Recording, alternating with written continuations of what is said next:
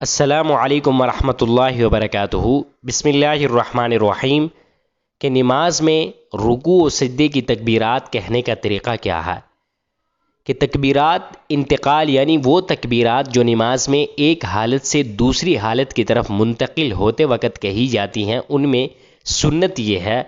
کہ جب آپ ایک حالت سے دوسری حالت کی طرف منتقل ہونے لگے، مثال کے طور پر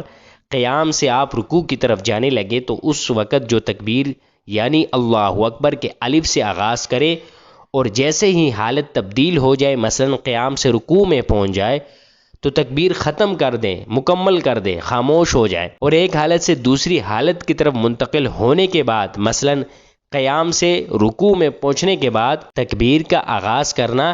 خلاف سنت اور مکروہ تنزیہ ہے۔ اب اس سے معلوم یہ ہوتا ہے کہ آپ قیام سے رکوع کی طرف جاتے ہیں تو اس وقت اللہ اکبر کے الف سے آغاز کریں، تو جب آپ رکوع میں پہنچ جائیں تو خاموش ہو جائیں، ختم کر دیں وہ، اور جب آپ رکوع سے پھر کھڑے ہونے لگیں تو پھر اس وقت بھی آپ اسی طرح کہیں، اور قیام سے سجدے کی طرف جائیں تو پھر بھی اسی وقت اللہ اکبر کہیں، جب سجدے میں پہنچ جائیں تو آپ اللہ اکبر کو ختم کر دیں۔ اللہ رب العزت ہمیں ان شرعی مسائل کو سمجھنے اور ان پر عمل پیرا ہونے کی توفیق عطا فرمائیں۔